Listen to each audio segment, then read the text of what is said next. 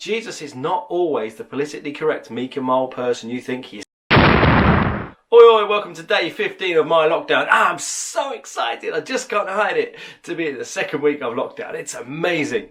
Today we're looking at Matthew 15 in the Bible, and the question is, you are what you eat.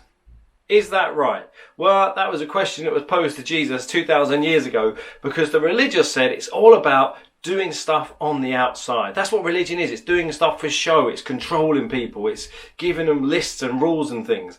And Jesus' disciples were eating this food, and these religious leaders were like, what are you doing? Eating this certain food. You're dirty. You're unclean. And he says in verse 11, it's not what goes into your mouth that makes you unclean. It's not what you eat. You're made unclean by the words that come out of your mouth. At which point, his friends are like, you've just insulted all of the religious leaders. Because they all say we have to be careful what we eat and how we act on the outside. And you've just said that doesn't matter. It's the heart that matters. You just completely diss them all. But Jesus doesn't apologise. He says in verse 14, ignore them. They are blind guides leading the blind. If a blind person follows another, guess what? They're both going to fall in a ditch. Jesus is not always the politically correct, meek and mild person you think he is. He says the same today. There are religious people who will try and lead you down a certain path, and he says just ignore them.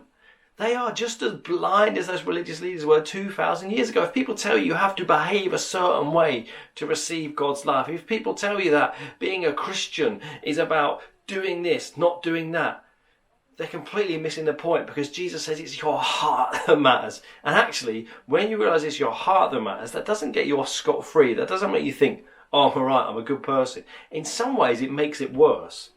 Because if it's your heart that matters, and Jesus says out of your heart, that's where the things that overflow, that's where murder comes from. That's where your evil thoughts come from. That's where the root of adultery comes from. That's where sexual immorality comes from. That's where stealing comes from. That's where lying comes from. That's where slagging other people off comes from. That's what defiles you. It comes from your heart. Suddenly, it makes us realise our heart is really black. That our soul is really dark before a pure, perfect God. But that's why Jesus' love is so incredible, that he would choose you and me, even though we're so dark and rotten on the inside, in our heart and our soul. And he would say, I love you. I'm going to substitute myself in your place and take all of your mess. I'm going to die on the cross to forgive you and clean you, so you have the opportunity to be adopted as my son, as my daughter, to know my spirit living in your heart. All you have to choose to do is to give him all that filth, to let go of it, to let go of living for yourself. So today, don't let the structures of religion lead you astray. The thing that matters most is your heart. Is your heart right before God? Do you have that connection with Jesus that makes you want to change, that makes you want to be different from the inside out because of your relationship with him? I'd love to hear your questions, your comments. If you want me to pray for you, send me a message. I hope that you are still surviving this crazy new normal that we're living in. How long will it go on for? Who knows? But I'll try my best to do one of these lockdowns every day to encourage you. Take care.